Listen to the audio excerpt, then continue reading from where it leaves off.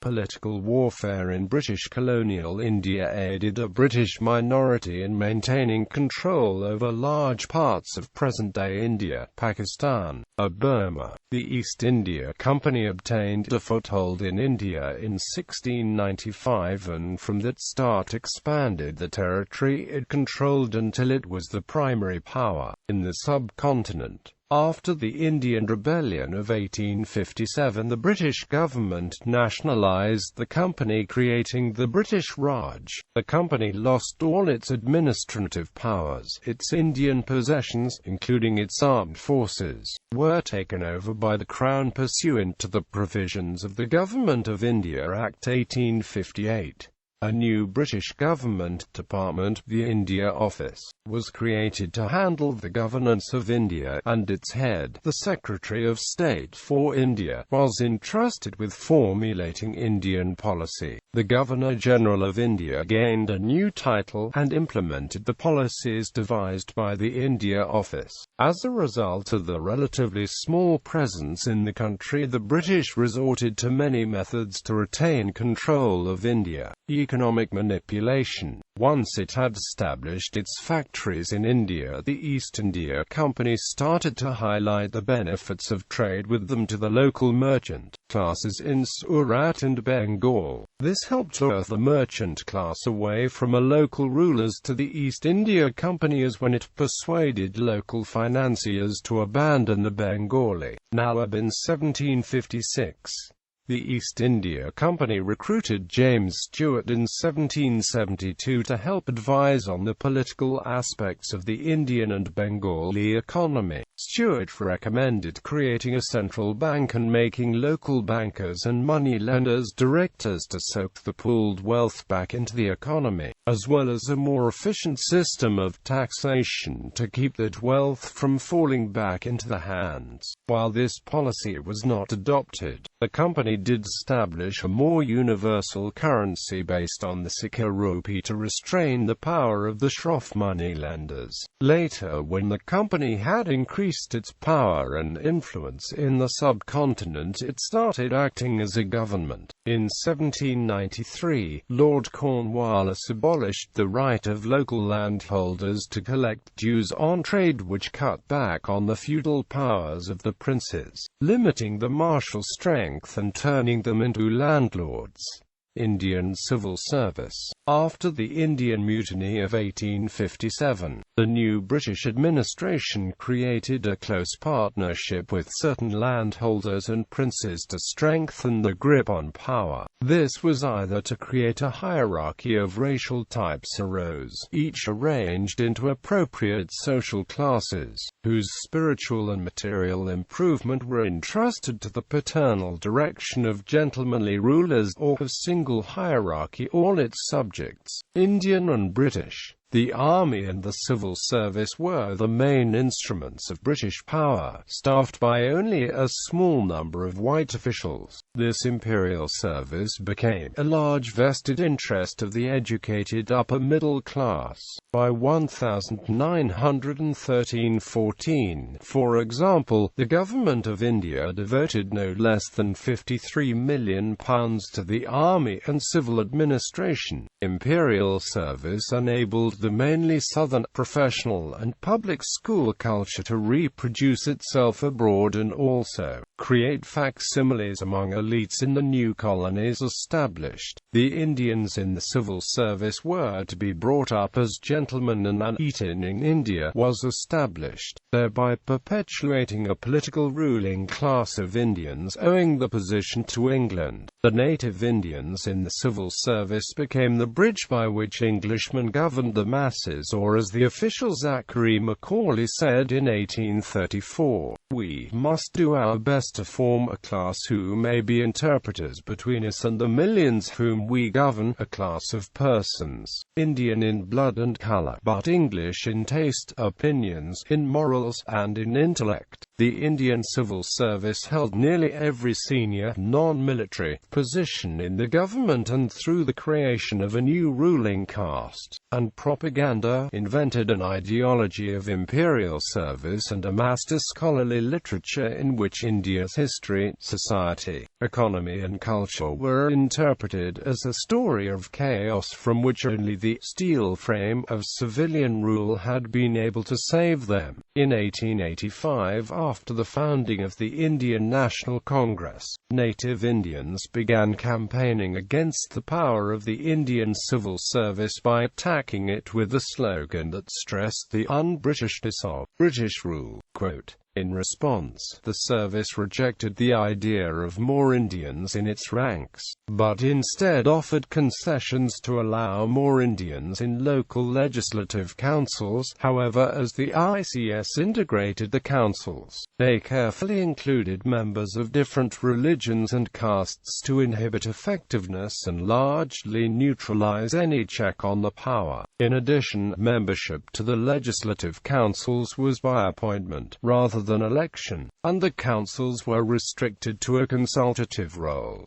Political manipulation. The East India Company increased its power in India by playing local rulers off against each other and the declining Mughal Empire. Lord Dalhousie, the company governor-general between 1848 and 1856, established a principle, the doctrine of lapse, that if any princely state or territory under the direct influence of the British East India Company would automatically be annexed if the ruler was either manifestly incompetent or died without a direct heir. This allowed the company to remove rulers it viewed as troublesome. After the Indian Mutiny and the transition of rule from the East India Company to the Crown, the British attempted to prevent future disturbances by strengthening indigenous elites in some regions of the colony and allowing them to rule local lands along supposedly traditional lines. Parallel developments affected the Indian civil service after the company's system of patronage came to an end with company rule. There was renewed effort to tie the Indian landholders to the princes and the Raj, endorsing the power and privilege, revitalizing the nobility, and then tying it to the Queen by proclaiming her Empress of India. In this way, Britain increased the power of local nobility and made it known to them that the power came from the Queen. Many of them owe their very existence to British justice and arms. The situation of these feudatory states, checkerboarding all India as they do, is a safeguard. It is like establishing a vast network of friendly fortresses in debatable territory. Also, to appease some of the nobles' concerns in the aftermath of the Indian Mutiny, princes were allowed to adopt heirs rather than have their estates automatically ceded to British control at their death.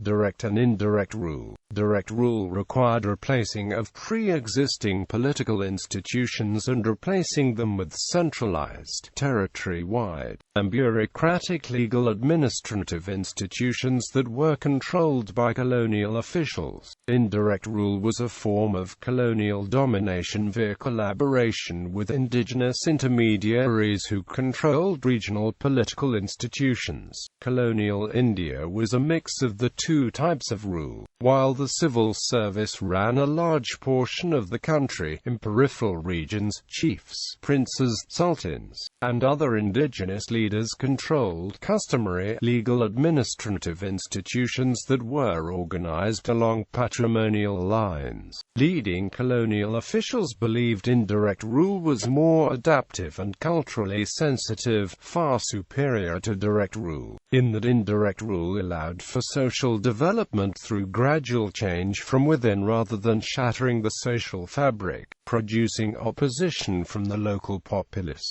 Indirect rule is less confrontational and more collaborative, therefore a better means for domination. The colonial administration recognized around 600 semi-autonomous princely states, nominally advised by a British resident. The states possessed 1/4 of the country's population. British administrators also employed tax collectors and landlords even in the more directly ruled regions of the country and paid for the landlords' loyalty with large tracts of land and some power to collect taxes for personal use. When they didn't need to resort to martial strength, the East India Company, and later the British Foreign Office, Indian civil service or military resorted to bribery and tributes to woo local rulers. In the early 1800s they presented the ruler of the Punjab, Ranjit Singh, with 5 English dray horses, which would have been larger than any horse he had seen before, horses being one of his many loves. When the state of Punjab eventually became aggressive in 1843, the British conquered it, taking Kashmir and putting it under ruler more amenable to the British. The Punjab was officially annexed in 1849. Proxies. In the areas north of India, it was dangerous for a European to travel. The British military often used Indian-trained cartographers and intelligence officers called pundits to scout for them. These pundits often posed as Muslim or Buddhist holy men, with the map-making tools disguised as prayer beads and a prayer wheel. Political intelligence was passed to the Foreign Office through these pundits gathering topographical intelligence, and by British frontier officers. Religion as a tool of power. The company banned some Hindu practices like sati and thuggi, which they found particularly abhorrent, and began to allow Hindu widows to remarry in 1856. Governor-General Dalhousie had begun to allow Christian converts to inherit ancestral property, starting in 1850. Though overall, the East India Company men were not eager to Anglicize India, fearing to offend the educated class on whose support they depended, and arouse religious antagonism. Quote, in 1813, though they had been forced to admit Christian missionaries, the company tried to avoid being seen as a proponent of the missions. A publication during the Indian Mutiny of 1857 states that the East India Company even manifested disfavor towards Christianity to obtain the confidence of Hindus. Examining religion from a more political aspect, the company codified Muslim and Hindu law to take the flexibility out of the law's traditional practice, to strengthen the company's indirect rule and entrench the local elites.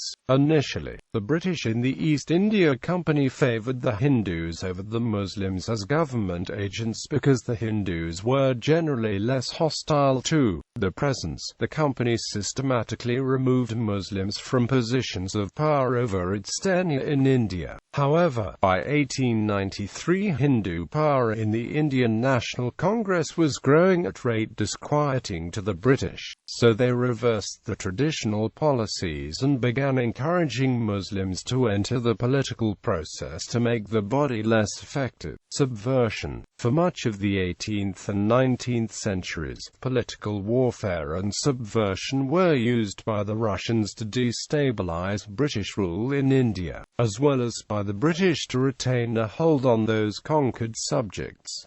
This political contest, largely using proxies, is called the Great Game. The term was coined by British officer Captain Arthur Connolly in the early 19th century and made famous by Rudyard Kipling's book Kim. The game took place from the Caucasus to Tibet and south to India, with the wealth and control of India as the ultimate goal. In the 1857–58 Indian Mutiny of native soldiers serving in the armed forces of the East India Company, many British suspected Russian or Persian agents of having a hand in spreading rumours that sparked the conflict. The core of the rumours were that the British had smeared pig and cow fat on the ammo cartridges used by the sepoys. The fat on the cartridges, which would have to be opened by mouth prior to being loaded into a rifle, would have spiritually desecrated the Muslim or Hindu soldiers.